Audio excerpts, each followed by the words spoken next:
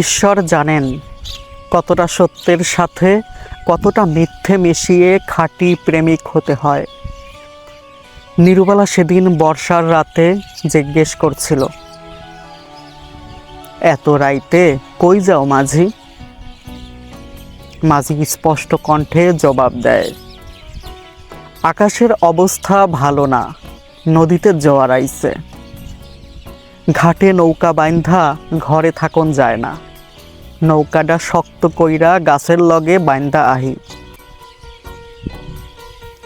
নিরুবালা ইস্পাত কঠিন কণ্ঠস্বরে বিশ্বাস নিয়ে বলে, সাবধানে যাইও মাঝি, ছাতা নিয়ে যাও, বৃষ্টিতে ভিজলে শরীরে জ্বর আইব।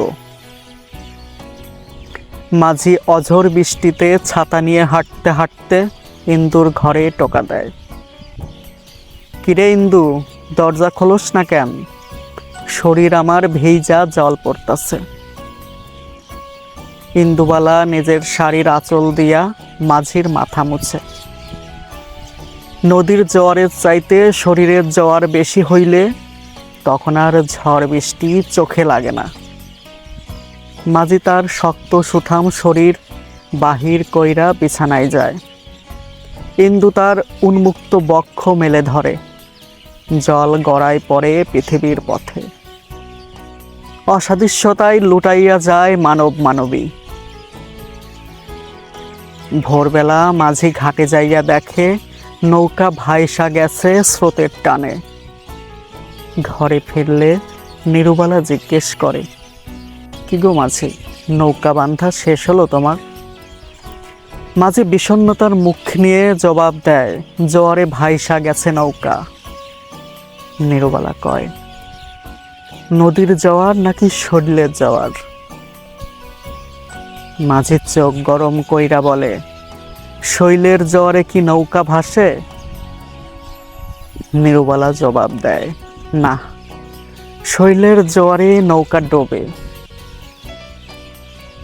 মাঝি ঘরের মেঝেতে রাখা খাবারের থালায় লাঠি দিয়ে এই চিনলা আমারে, বিশ্বাস নাই? নিরুবালা জবাব দেয়, আছে তো। মাঝি রাগ নিয়ে ঘরের পেছনে যেয়ে দেখে গাছের সাথে শক্ত করে বাঁধা আছে তার নৌকা।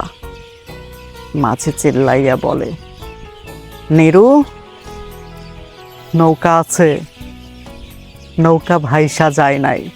নিরুবালা অস্পষ্ট স্বরে জবাব দেয়, শখের নৌকা ভাসে নাই, ভাইসা গেছে বিশ্বাসের নৌকা। মাঝি, তুমি আমারে ভালোবাসো না? না, বিশ্বাসের নৌকা। আসাদুজ্জামান জীবন।